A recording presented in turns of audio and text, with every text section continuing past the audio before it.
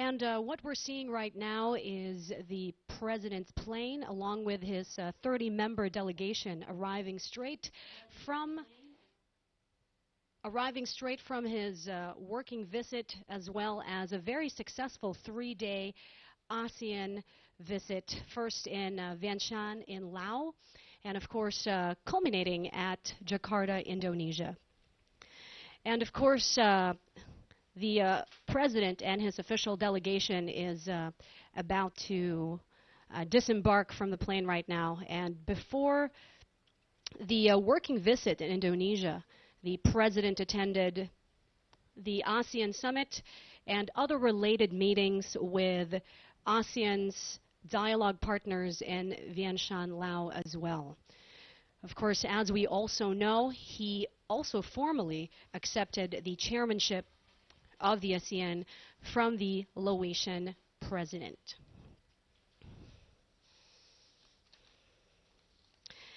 And just to give you guys a recap as well, the ASEAN, of course, was composed of the 10 countries, 10 member countries, which is Brunei, Cambodia, Indonesia, Laos, Malaysia, Myanmar, of course, the Philippines, Singapore, Thailand, and Vietnam. They gathered for 3 days and were joined by the ASEAN dialogue partners, including China, Japan, South Korea, Australia, India, Russia, and the United States. The ASEAN's theme was turning vision into reality for a dynamic ASEAN community.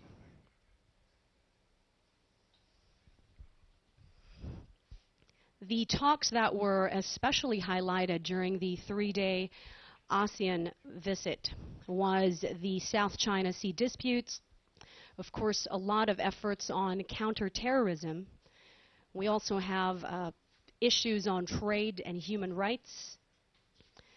These are the topics that topped the agenda.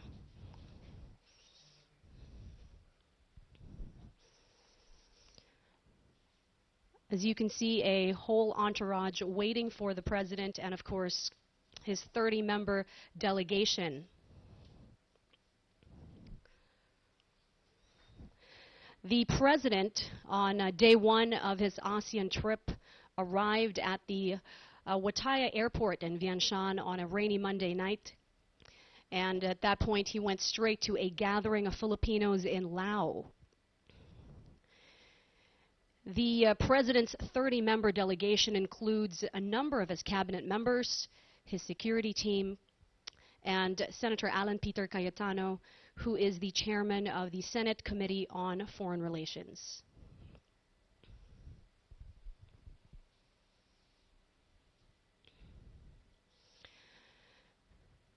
The Philippine ambassador in Indonesia mentioned that the president, of course, was very highly awaited in Indonesia. In fact, it has been recalled that the red carpet was laid out for the president, and he was greeted very warmly.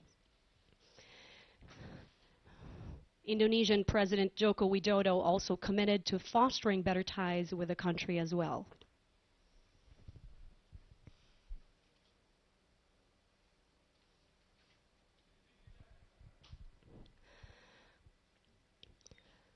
The president's time at Indonesia was very well spent. He met with over 500 Filipino members, representatives at the Grand Ballroom of Shangri-La Hotel in Jakarta. And this is an extremely pivotal move on his part, considering there are about 9,000 estimated Filipino workers in Indonesia, composed mostly of teachers and professionals.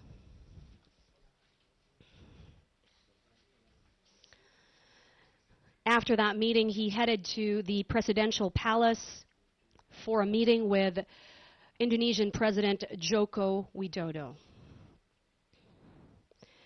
Of course, the top issues that were discussed was the maritime security in light of the series of abductions of Indonesian nationals by the very notorious Abu Sayyaf group.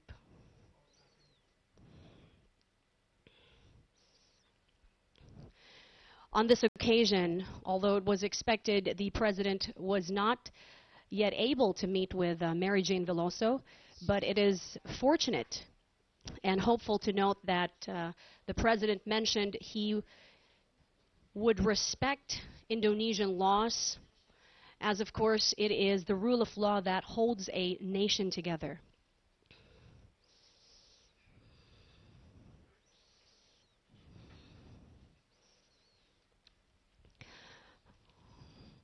It is a huge honor to have been bequeathed the chairmanship to host the ASEAN, especially as 2017 is the 50th anniversary of the ASEAN.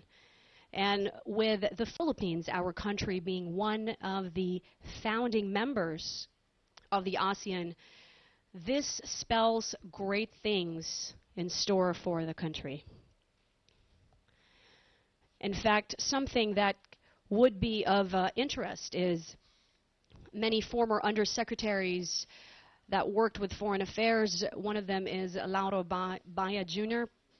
He mentioned that the chairmanship of each ASEAN visit is always an opportunity for countries to prioritize their interests. Of course, in this case, it would be an emphasis on peace and order, and of course to curb the drug menace completely.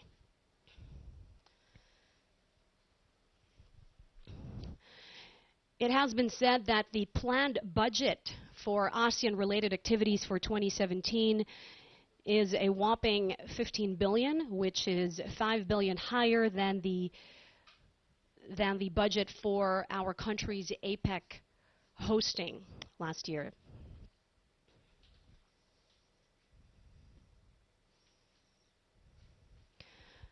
Of course, I can imagine majority of that 15 billion budget would be prioritized for travel and accommodations for the different delegates. Different areas that have been seen as planned destinations for accommodations for foreign delegates would be Cebu, Pampanga, and Davao, among others.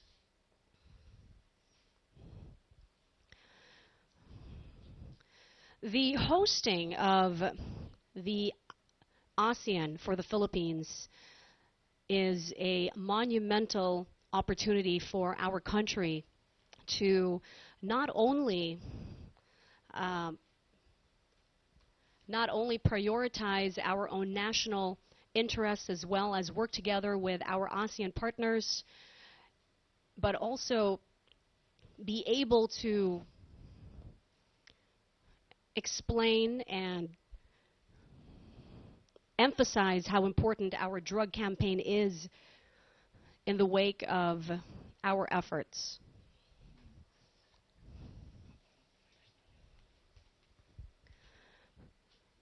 This is also a great opportunity for us to practice diplomacy and international relations.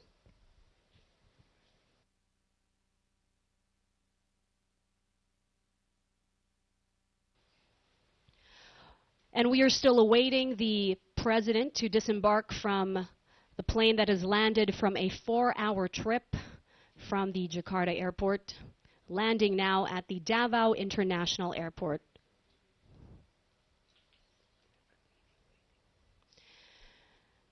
Yes, there are many groups from the media waiting to greet the president, of course, as there is a planned speech. Everybody's very excited to hear what the president has to say after a very successful 3-day trip for the ASEAN. Of course, this is his first working visit as head of the country.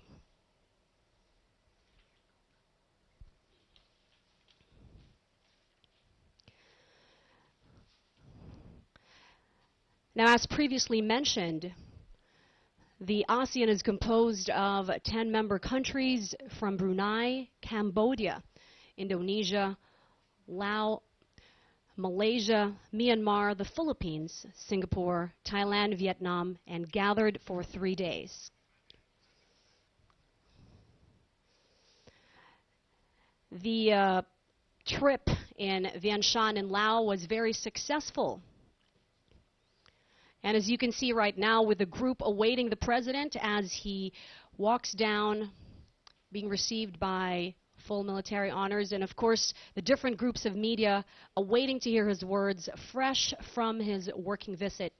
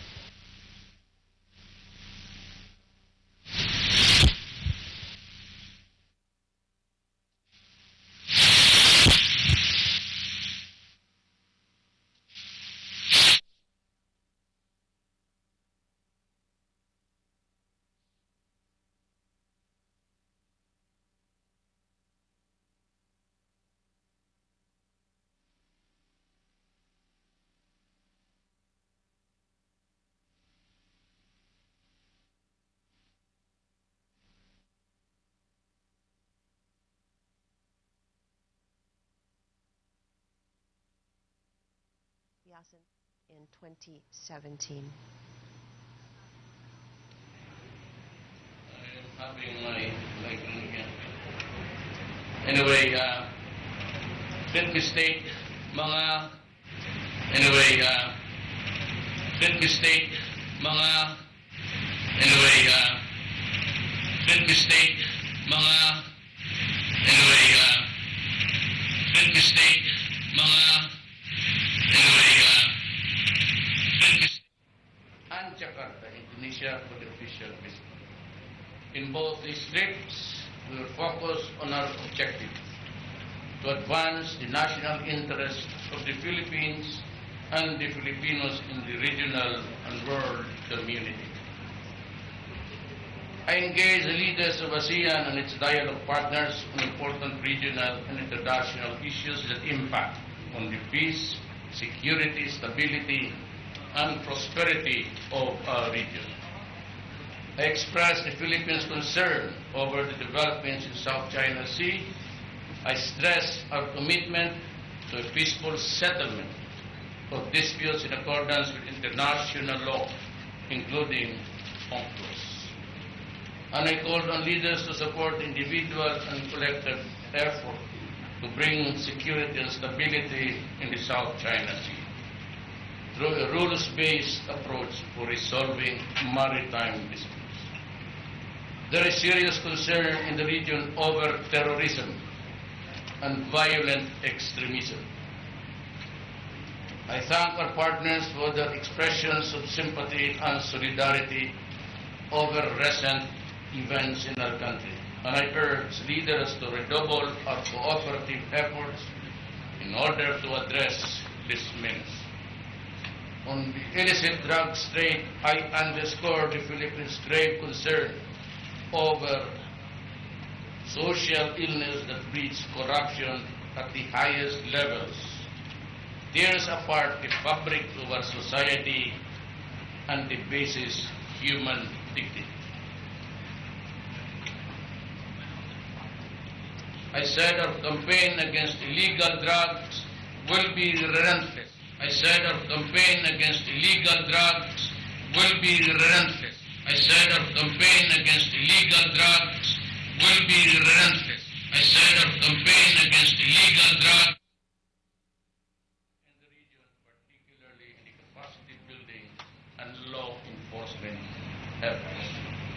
On behalf of the Filipino people, I accepted with great humility the chairmanship of ASEAN from Laos. Our chairmanship in 2017 coincides with the commemoration of ASEAN's 50 years of establishment. It will be an important leadership role for the Philippines and a vital opportunity to contribute to the building of a strong and resilient community. We announced the theme under our chairmanship, partnering for change, engaging the world. With your help, mga kababayan ko, and the support of the ASEAN member states, dialogue partners, we hope to bring the change we want and need to our engagement with the world. I also took the opportunity to address the ASEAN Business and Investment Summit. My message was clear. The Philippines is open for business. My administration will do its part in providing the enabling environment for businesses to thrive and prosper, including micro, small, and medium enterprises. At the sidelines of the ASEAN Summit meetings, I had separate meetings with the leaders of Japan, Laos, New Zealand, Russia, Singapore, and Vietnam. I shared my vision of partnership based on mutual trust and respect. We identified ways to move relations forward, and I thank them for hosting the Filipino workers in Japan. In Indonesia, I was welcomed by President Joko Widodo with a state visit. He accorded me the warmth and the hospitality befitting not only a friend but that of a brother. I am truly humbled. President Widodo and I resolved to work closer together, achieve shared aspirations for greater peace, progress, and prosperity for our people. This includes interdicting piracy and lawless elements at sea, fostering greater economic cooperation and integration, and enforcing laws that are building capacities to address the illegal drug trade and other criminal acts. During my visits, I met many of our kababayan, the Filipino overseas, who work hard and sacrifice in order to provide a better future for their families back home.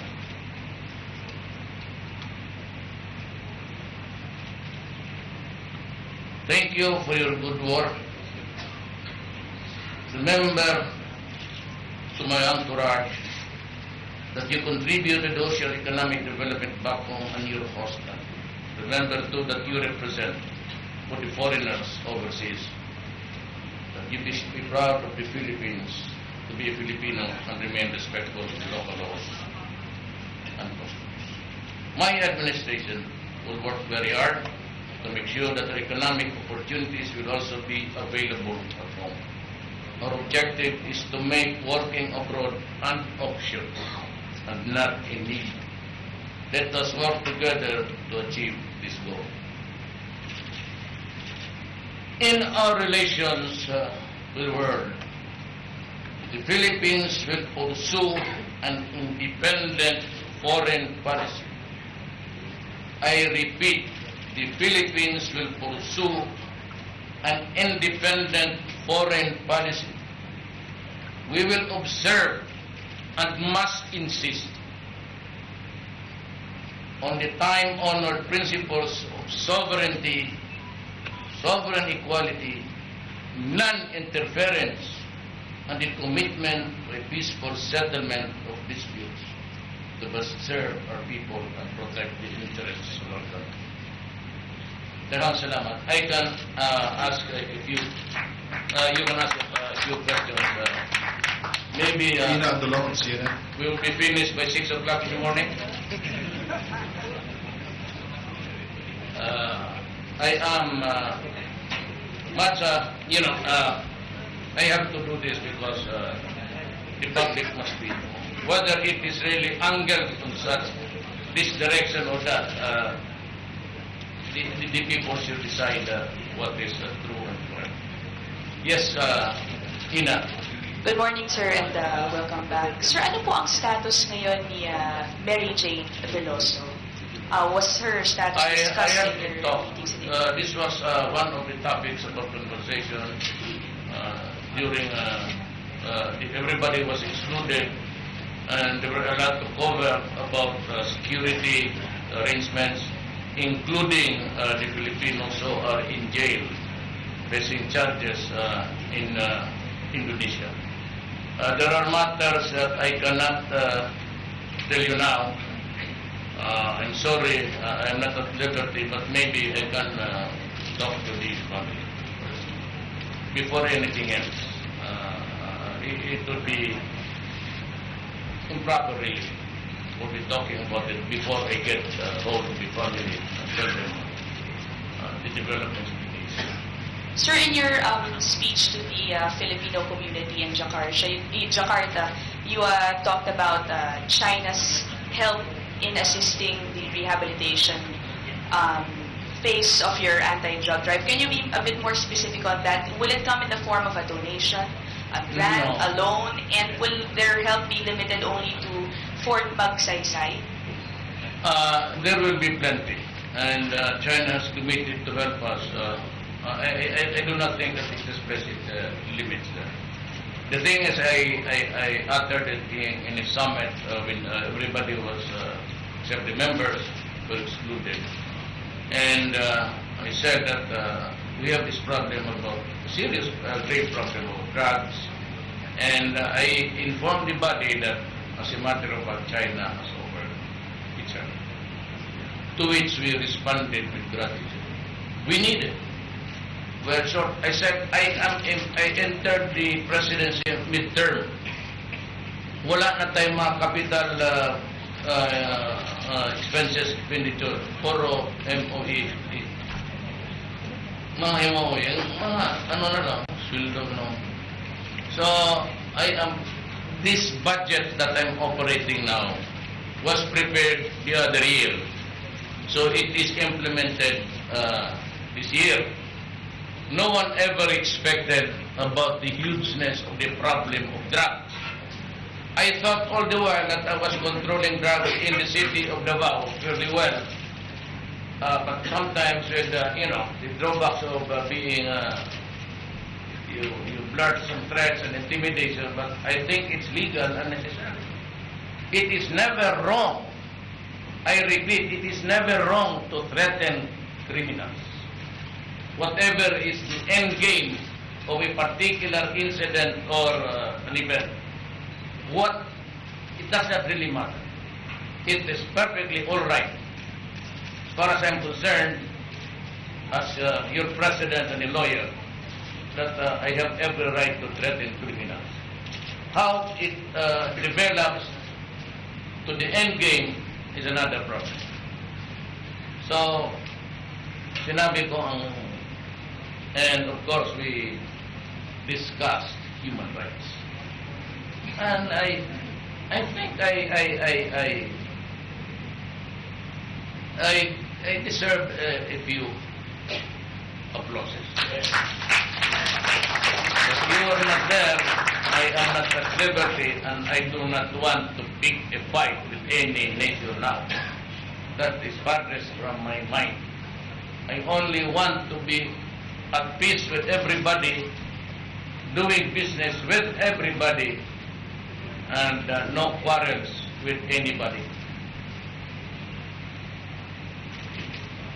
Sir, last from me. Speaking of peace, can you share with us maybe your brief chat with UN Secretary General Ban Ki-moon? We understand you were able to meet him for a while. Yes, but just about, but he was seated beside me, and he had a long, I said, since everybody was exclusive, means to say that it is not for public consumption. But he did mention about human rights, and I responded very well, and addressed myself to the body.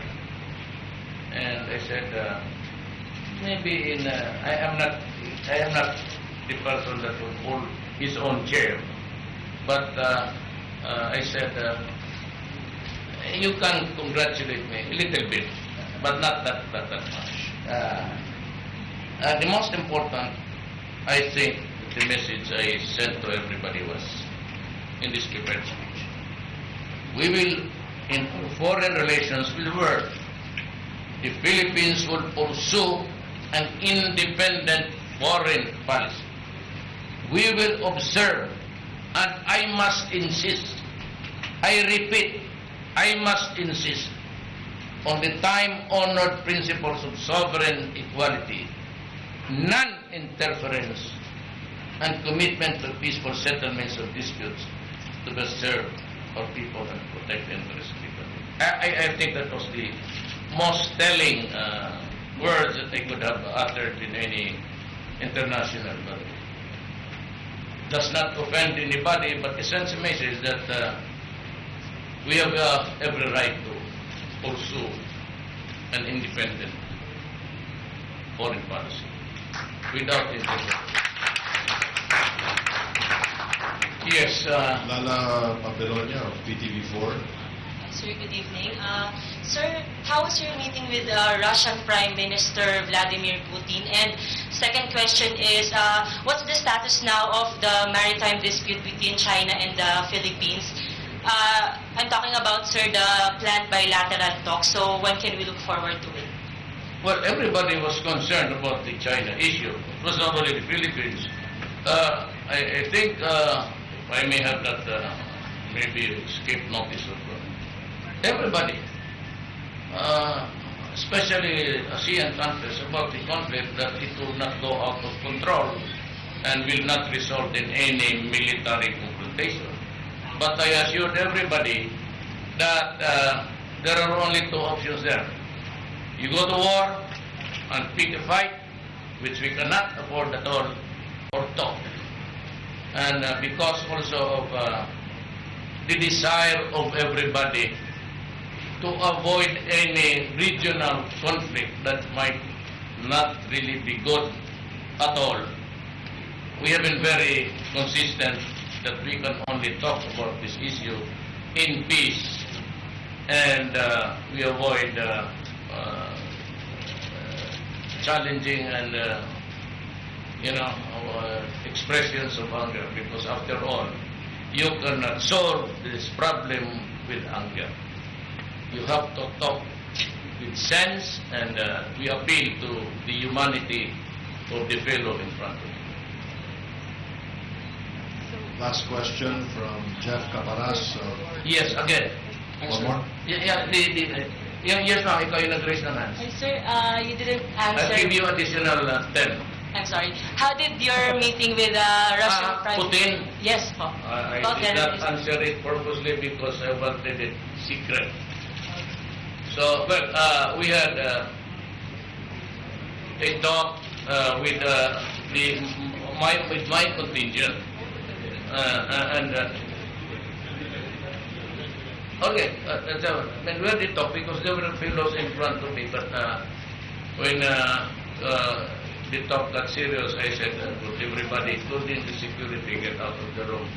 I want to talk to my friend, Medvedev. Kaibigan na pala kami. So, sabi ko, sige, chika-chika tayo. So, what's up? Ako ganito yan, Rode. Tapos, ganyan. Hanggang dito, tapos, gano'n dito tayo. Sabi ko, okay ka, Adre. I enjoyed every minute of our talk. The things that we shared with each other has nothing to do with alliances, military, or confrontation. We just wanted to have business relations, economic. You know, war is no longer the vogue of the moment. It's not the practice anymore. We should avoid war. We should avoid conflict. I am a peaceful man now after the ASEAN. I am not to rest in peace, but I am quite comfortable with the situation now after talking to everybody. One more question from Lala. Yes, let's give everybody a chance. Total, papunta rito, natulog pa rin kami. Tayo. I could hear the snoring of ayaw ko sabihin. Yes, ma'am. I help you. Sir, I'm sorry, another question regarding Mary Jane Veloso.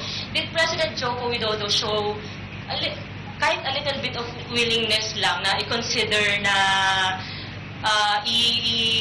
huwag na i-execute si Mary Jane Veloso? Well, I said there are things which I cannot divorce now because it will not be in keeping with good manners and right conduct. Let me talk to the family first. Kasi mag-telegraph mo na, if I say something here, I'll be telegraphing my message. Whether it is really good or bad, you have to consider the feelings of the family. Thank you, sir. Jeff Caparas, TV5. Hi, sir. Welcome back, sir. Sir, I think it's safe to assume now na hindi po kayo galit sa amin after what happened before po kayo umalis. But for the record, sir, galit po ba kayo sa amin? Sir, Galit sa kanino? Sa amin, sir, sa media. Because on what happened sa remarks. And for the record din, sir, do you Sabi think... ko nga, tanggalin yung escalator, palakarin nga doon sa likod. Nagkakarga nila yun. Of course, I am not at liberty to be angry at anyone. It is your sworn duty to ask questions. It is also my obligation to the people for the money spent on this trip and for all of the things that would cost the Filipino. I have to make an official report, not now, but initially, these are the things that I can. Wala akong galit sa inyo. Alam mo, I was here. You were here. I never attribute any statement to anybody. I was complaining about the situation, but I never directed any statement that was insulting or otherwise not good. Si Ed Lingao, he was the anchor at the time when there was this breaking news. And he apologized, and I accept his apology. And he should not worry because sometimes you commit errors. Wala akong question dyan. If the other side interpreted it in a way they wanted it, problema nila yan. I mean that's nonsense. After all, I am not a player of the international community. I said I only answer to the Filipino people. I do not aspire to be a character. But you know very well that I never said it attributing it to anybody. I said, I remember that huwag ninyong gawin sa akin yan. Magka-insultuan. I never mentioned any particular. So, I hope they realize it by now. And let me again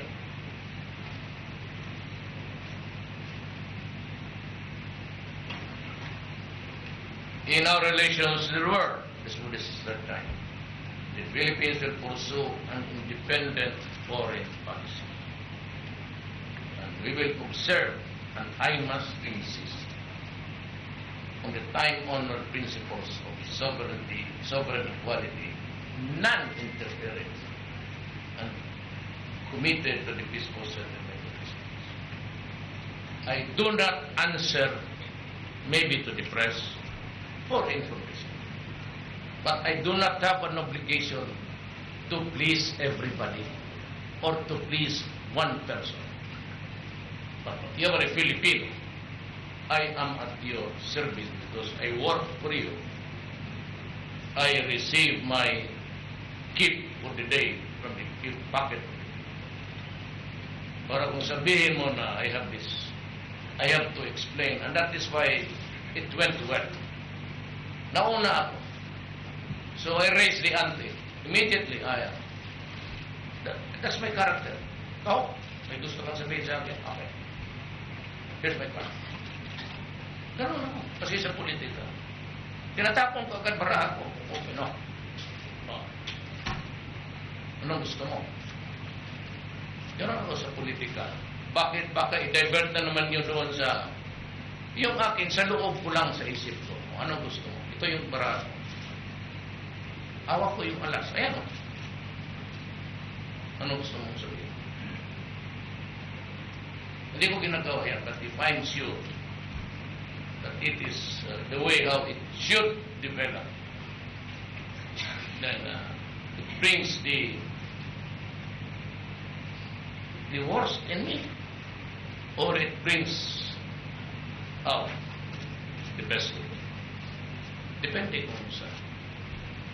I'm sure that if you're a Filipino, you'll be proud. But of course, for the low life suppress, yung mga kolumnista, nothing is really too good to be true. Hayaan mo yan sila. And I said, I live with that problem. But I said, I have always in mind the dignity, not me personally. You can destroy me, you can attack me, criticize me. But when it comes to the, hindi lang kasi lang inisip itong mga low life people that what is really at stake is the country. Kaya ako, when it comes to yung mga moments of ano, it is where I really do not know the best or the worst. Pero hindi kayo napaya. I assure you, and everybody was clapping except for dalawa. But believe sila sa akin.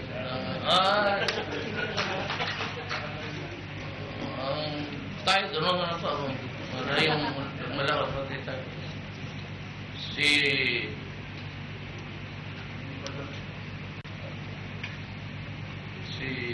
President Widodo,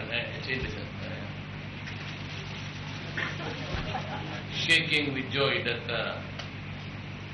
I decided to just talk with sense and the truth. Yes. Last question. Sir, sino po yung dalawa, sir? To be clear. Hindi po malakpak, sir. Kalimutan ko. Let me recall the seating arrangement.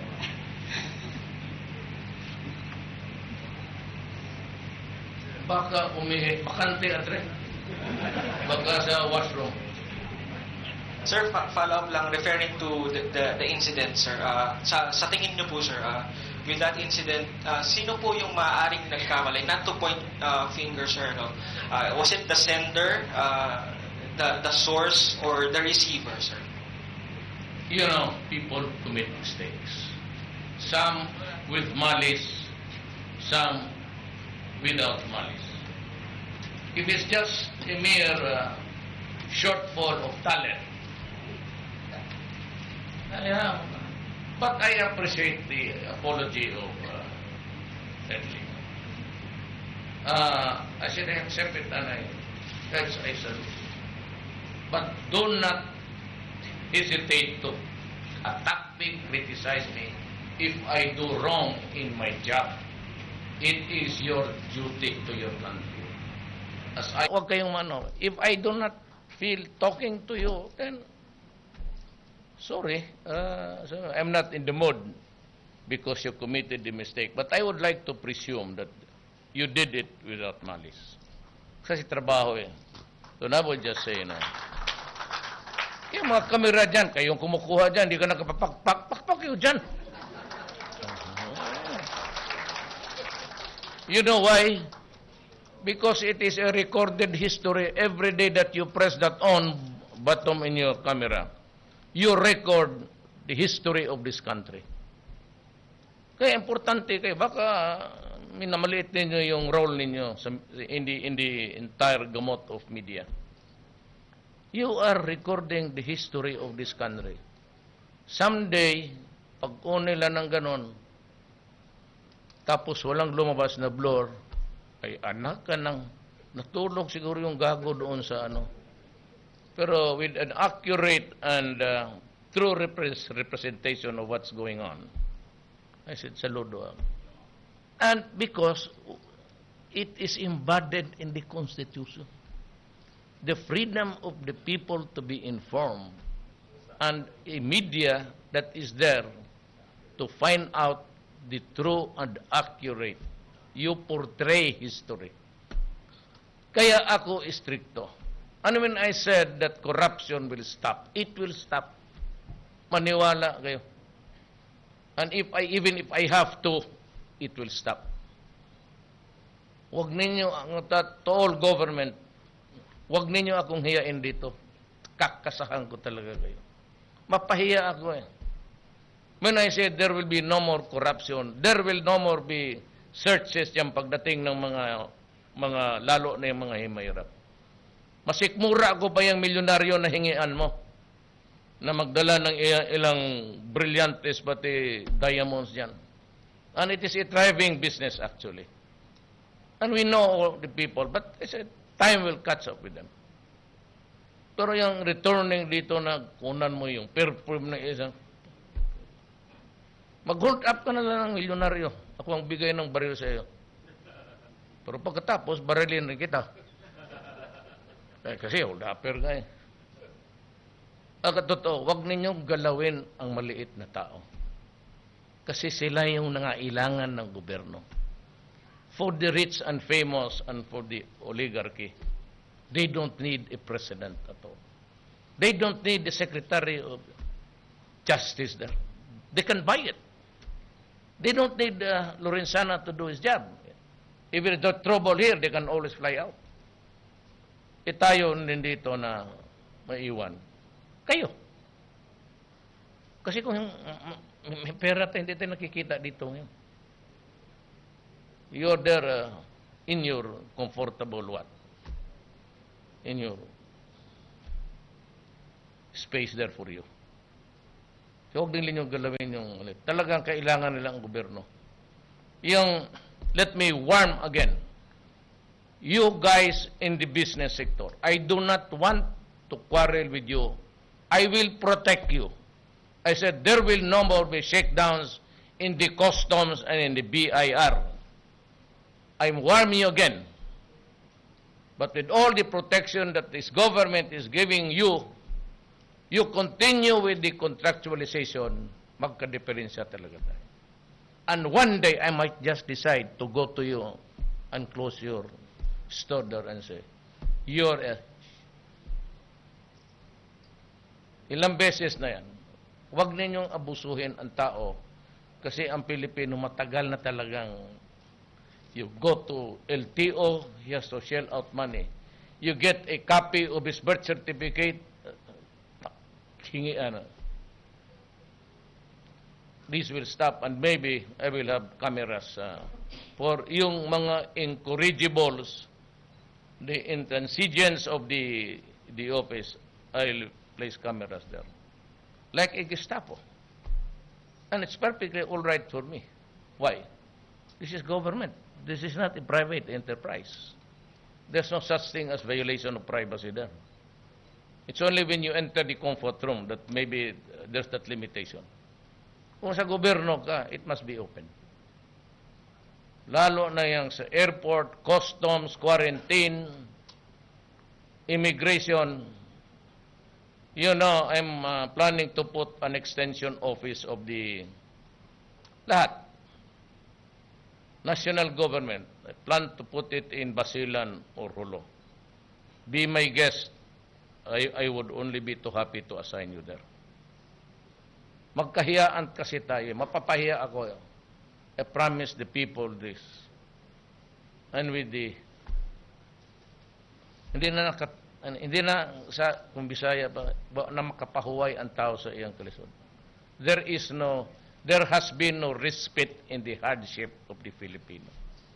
Whatever economic gains, barely enough to improve the situation, it would be okay for me. Kung hanggang dyan lang talaga ang... That's why I tried my very best to look presentable there. Nagbili pa ako ng ready-made na suit. Maluwang masyado, kaya nagbili ako ng suspender. Mahulog man. Tapos nagkamali naman ako, pumayat ata ako. So mahulog, sabi ko na, di sila sa ano yan.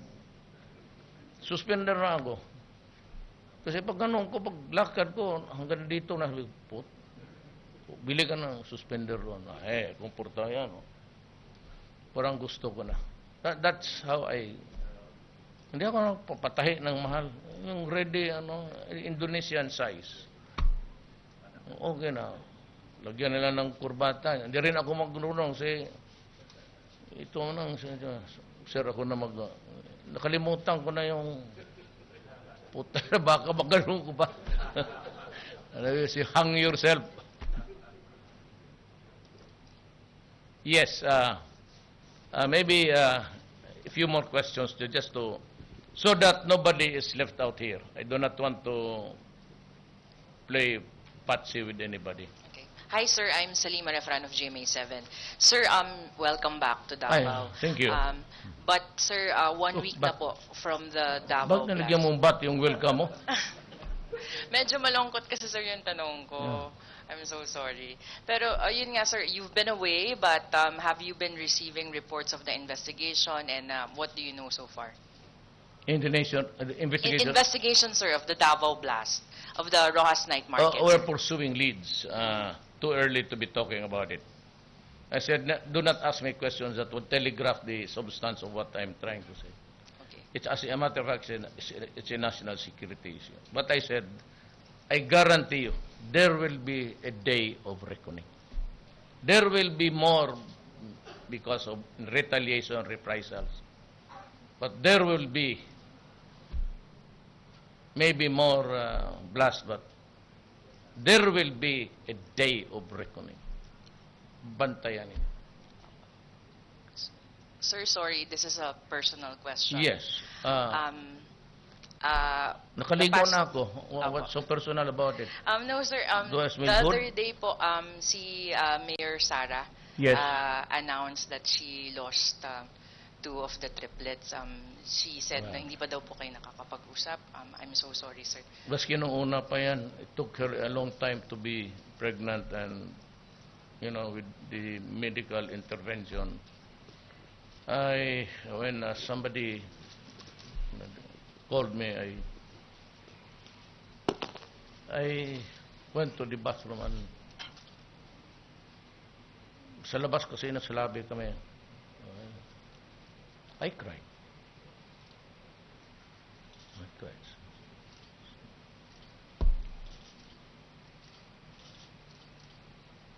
These are the things in life na cannot be assuaged by just, you have to heal yourself. I'm sorry. Anyway, thank you for asking. Kasi sabi ko nga, the right of the people to be informed. She's a public, she's an employee of government. I'm a public employee of the national.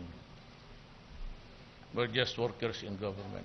Yes, any more questions? Okay, good evening po, Mr. President. Welcome back. I'm Mark Okay from Bombo Radio Davao.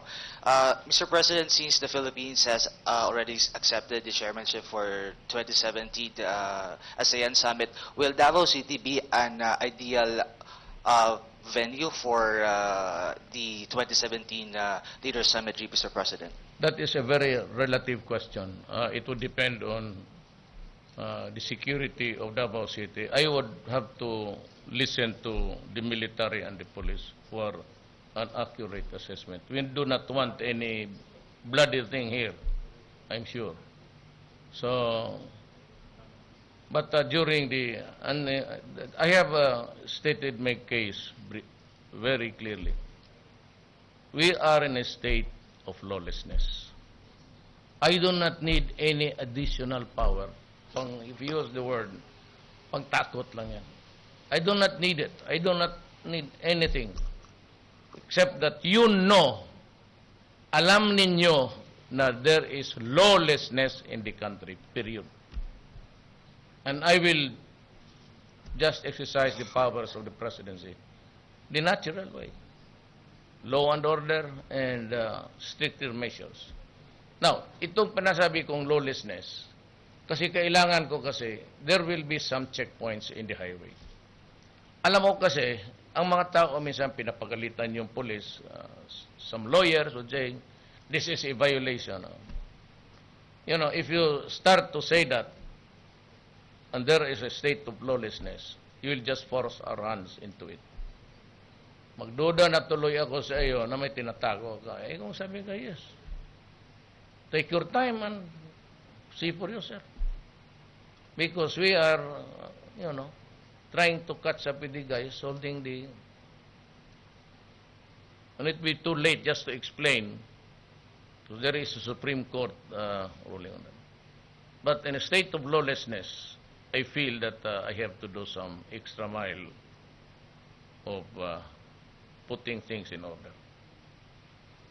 Of course, be stricter, and maybe the airlines could, you know, advise the commuters for them to arrive at the airport earlier. Kasi minsan naman kasi yung, I am not trying to offend anybody. Kasi magsabi na kalaga, departure time 5:15, dito pa sila magdating ng 5:15. By the time ang piloto nakatutok na sa dead end sa runway, so maybe a little bit earlier because there will be more searches. And I can impose that because I have to protect public. You know, bombs and this kind of things in our lives today, these are public interest, protect the people. Public health. When you are a victim of a blast somewhere, you would need money and hospitalization and national security reasons. Maraming involved dyan eh. Public interest. You want to keep this country peaceful. It's a job of government. But it could also become a public health issue because you would need hospitalization or amputation or anything that, you know, the victims of the old, it could affect everybody. Dysfunctional families. Wala ng tatay. Alam mo ba nga hanggang ngayon ako pa ang gobyerno, mabutit na lang, after a long period of time, the hands of the, I mean, the political, ano dito is, ako pati yung anak ko. So we continued with the assistance, marami nang nag-nurse mga anak, marami nang na-engineer. But yung mga infants pa to noon, we still carry the burden of paying for their education. Nawala ang tatay nila, nawala ang nanay. So it could affect our pockets, which money intended for better use. Yan, it's a drain financially sa gobyerno, sa public health, and you consider the amputees who are walking with crutches. Hindi lang kasama na it's the most, actually, it's the most despicable and odious behavior. Hindi man sabi ko, nag-arte lang kay ganon-ganon. Well, I said, whether they believe it or not, whether it is for a pretended sentiment, I have warned our soldiers and the police. Shoot only once. And if it's finished, do not destroy the body. Do not mutilate the body. Because we cannot do that. We have to have the higher ground. If you follow them and started also to behead everybody, anak na, then I should not be in government. I belong to the slaughterhouse. Magtagtad ng karne dyan. Always we take the higher ground. Even it means something like, hindi tayo takot. I'm not afraid. I have the army. I have the armed forces. I have the police. Bakit ako matatakot? But there is certainly a set of values that we have to adapt. And one of these is that just to be civilized.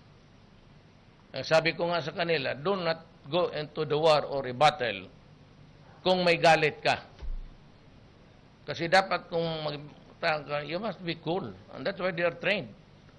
Eh kung magpasok sila ng bakbakan dyan, tapos galit sila, then you abandon, you throw caution to the winds. And you just there, matapang ka kasi may galit ka. Adi patay ka.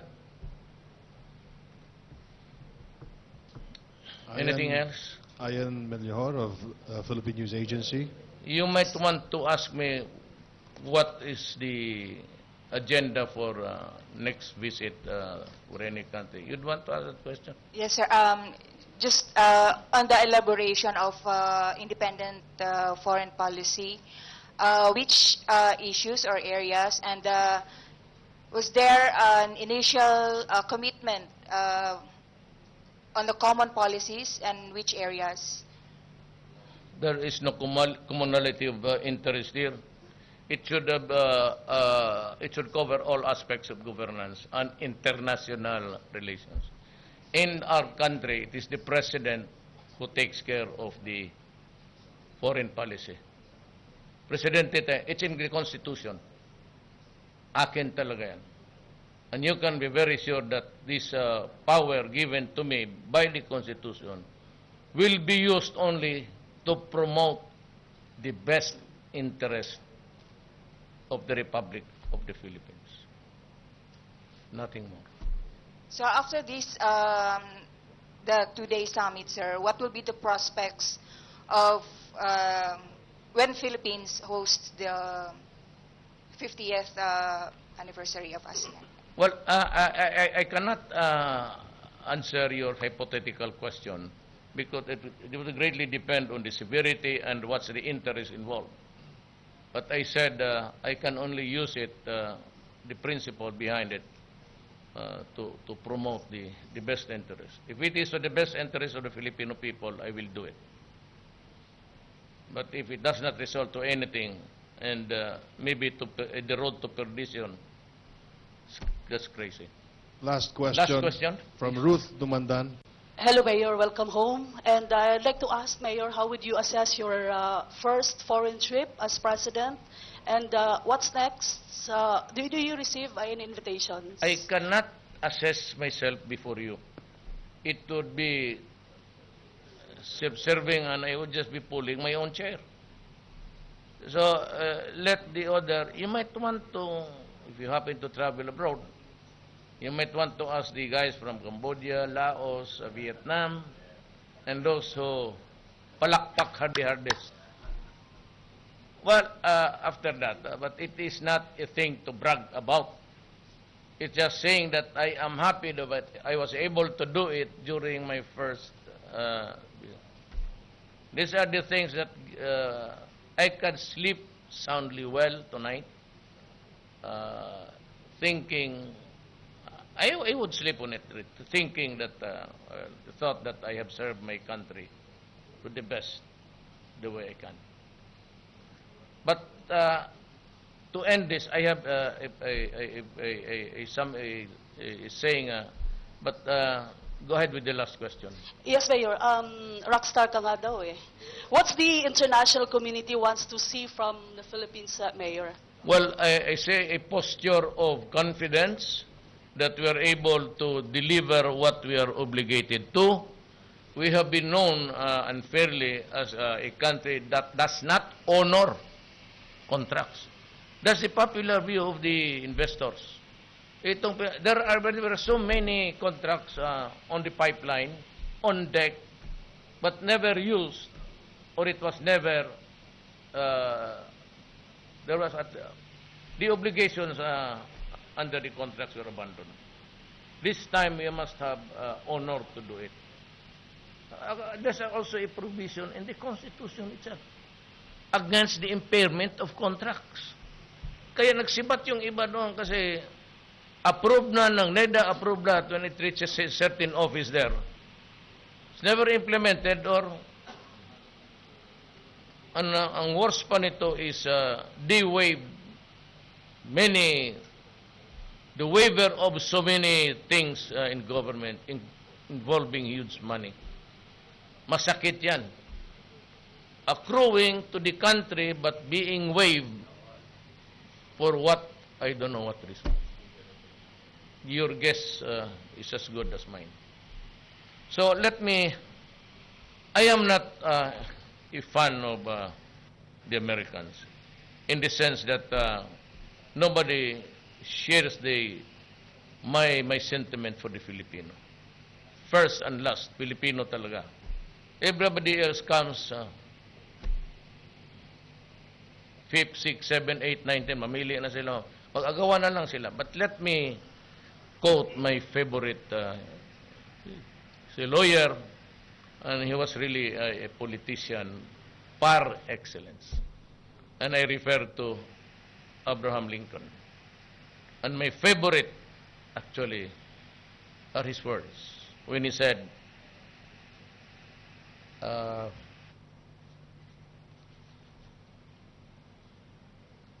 will do my best, my very best, because I have to serve the country. And but I cannot remember the exact words, but let me look at a lady, and I would be able to.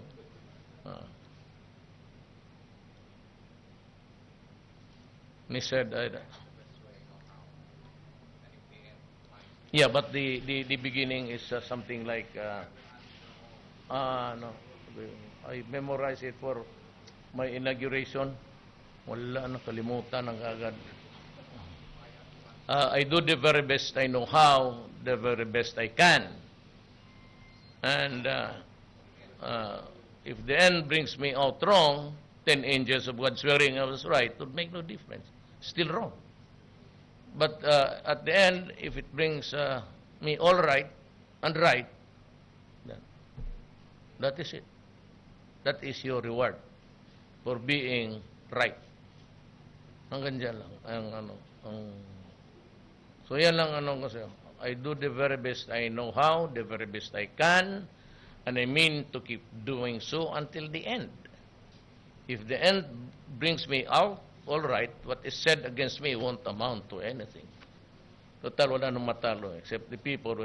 But if the end brings me out wrong, 10 angels of God swearing I was right to me. Wrong is wrong. So with that, I would like to thank you for being here so late. It's 2 o'clock. And I appreciate it. Mabuhay ang Pilipino. Ladies and gentlemen,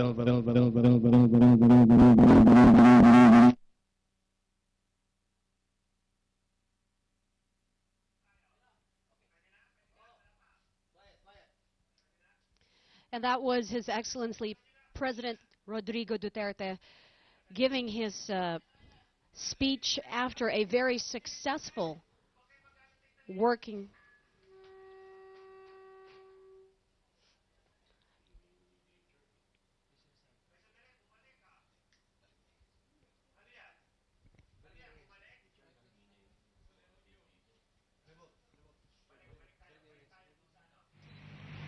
Do the very best I know how, the very best I can. If I have to answer all attacks, wala na akong gawin. Sirahan ko na lang yung opisina. If I were to try to read, much less answer all attacks made on me, this shop, the presidency, my task will be closed for any other business except to answer. I do the very best I know how, the very best I can, and I mean to keep doing so until the end. If the end brings me out all right, what is said against me won't amount to anything. But if the end brings me out wrong, 10 angels of God swearing I was right. Mali is mali. But if they are wrong in criticizing, you are paid to suffer. You are paid to suffer. Motivates me to go on. But not for my love of country. Matagal na ako nagsabi, it's yours. Inyo na. Pagod na ako. Pagod na tayo. My love of country. Matagal na ako nagsabi, it's yours. Inyo na. Pagod na ako. Pagod na tayo. My love of country. Matagal na ako nagsabi, it's yours. Is not a joke. So instead of criticizing me or tumulong ka na lang dito and observe protocol. You know, when I was mayor, it's good. I was just an insignificant player in the national life. There are so many cities you can choose where to. And when you are just a, you know, I mean, you're a rapporteur or whatever, an advisor, national security, and you begin to expose statements. That is not good. That is not good. What if you will try to do the same? I said, if this president is...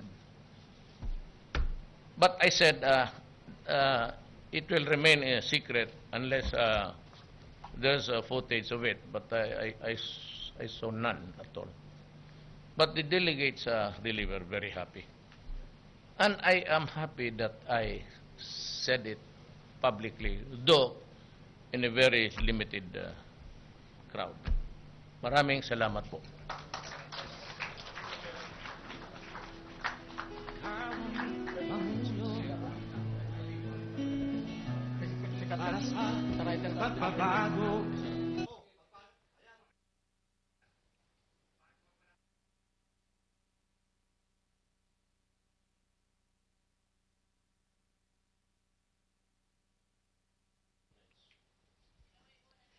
And that was His Excellency, President Rodrigo Roa Duterte, coming back home after a very successful working visit in Indonesia, and of course concluding a 3-day ASEAN summit in 2016. He had just given his official update on what happened during the ASEAN summit and of course the turnover of chairmanship for ASEAN 2017 and his working visit in Indonesia, working very close with Indonesian President Joko Widodo. The president reiterated that the Indonesian president and himself have forged very close ties and have continued to work together and has vowed to cooperate in the fight versus drugs and terrorism.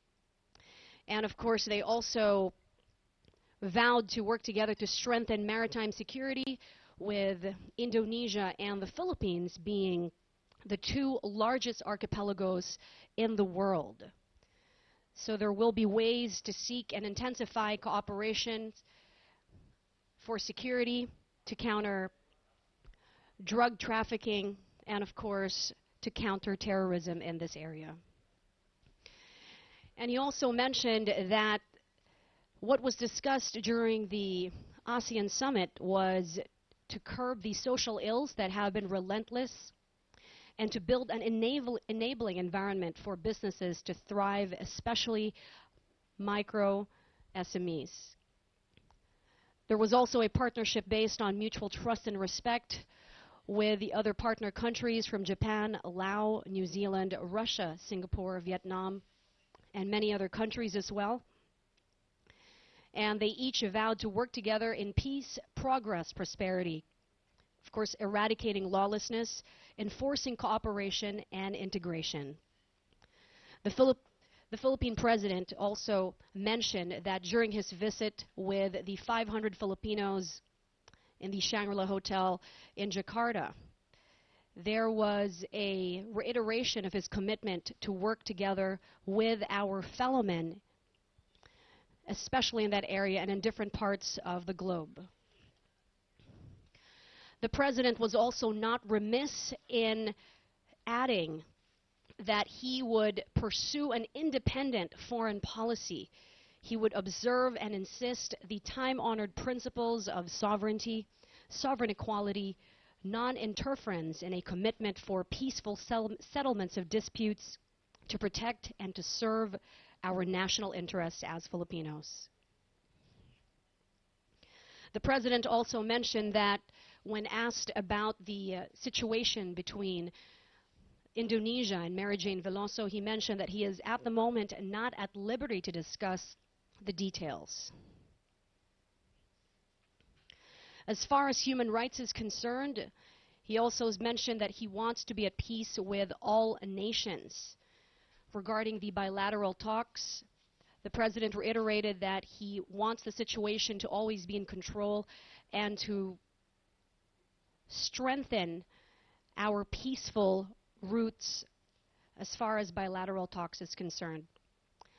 He also reiterated the desire of everyone to avoid regional conflicts, to solve these situations, appealing to the humanity of the different nations that we are confronted with.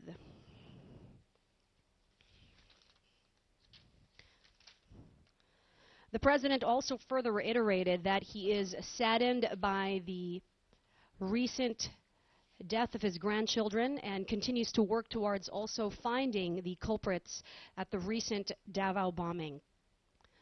The President also mentioned that at this point, there has been no respite in the hardship of the Filipinos, and he continues to be committed to work towards giving every single citizen of this country a viable livelihood.